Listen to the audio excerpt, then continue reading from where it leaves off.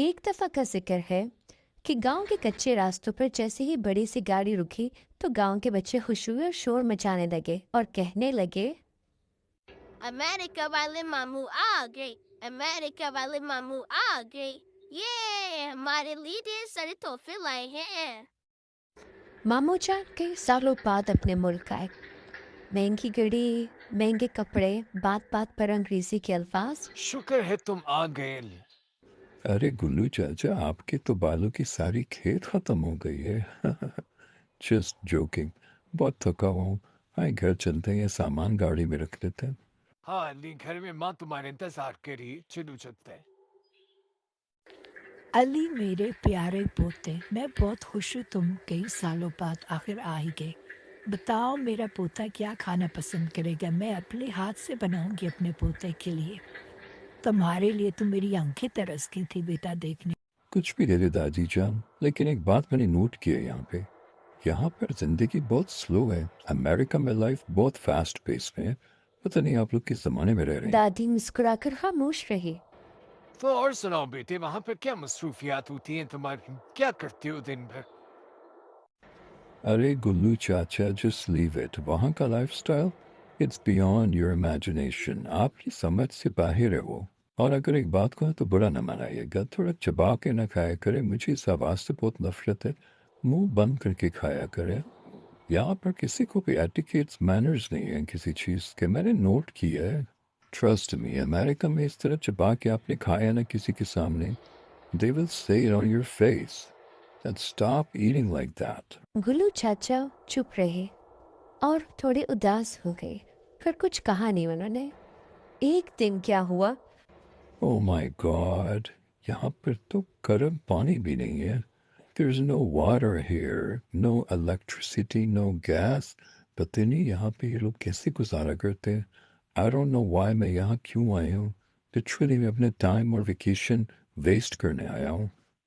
علی بھیا، آپ کا تو پتہ نہیں، لیکن آپ کے لیے بہت پیاری لڑکی تلاش کر کے لائی ہوں۔ وہ ہماری رضیہ بی بی کے سب سے بڑی بیٹی نہیں ہے، سلمہ خاتون، جو سلائی کڑھائی کا کام بھی سیکھتی ہے۔ بہت اچھی لڑکی ہے۔ Oh my God! Please stop here۔ یہاں کی لڑکیوں کا میرا کوئی ٹیسٹ نہیں ہے یار۔ That's not my taste۔ میں تو وہیں کی لڑکی سے شادی کروں گا۔ I'm sorry۔ عائشہ یہ بات سن کر چپ ہو جاتی ہے پر کچھ نہیں کہتی۔ دادی کی برتھ ڈے تھی تو علی دادی کو برتھ ڈے سیلیبریٹ کرنے کے لیے باہر لنچ پہ لے گیا۔ مجھے پتا ہوتا آپ کی برتھ ڈے آ رہی ہے تو ایکسپینسو پرفیوم امریکہ سے لے کے آتا آپ کے لیے۔ پھر ارے نہیں بیٹا، جیتے رہو، تم نے اتنی عزت دی، اپنا وقت نکالا اور مجھے باہر لے کے آئے، بہت شکریہ۔ Thank you sir for coming. Leftovers pack کر دوں آپ کے لیے؟ کیشیئر نے غلطی سے علی کو زیادہ پیسے واپس کر دیے۔ علی نے یہ سب دیکھا لیکن کچھ بولا نہیں اور سوچا چلو کوئی نہیں، میرا ہی فائدہ ہو گیا۔ ارے نہیں سر، رہنے دیں۔ تھینک یو، مجھے لیفٹ اوورس نہیں چاہیے، کسی غریب کو دے دیں۔ اوکے سر، ٹھیک ہے۔ یہ سارا ماجرا دادی جان دیکھ رہی ہوتی ہے لیکن وہ ان کو کچھ کہتی نہیں ہے، خاموشی سے گھر چلی جاتی ہے۔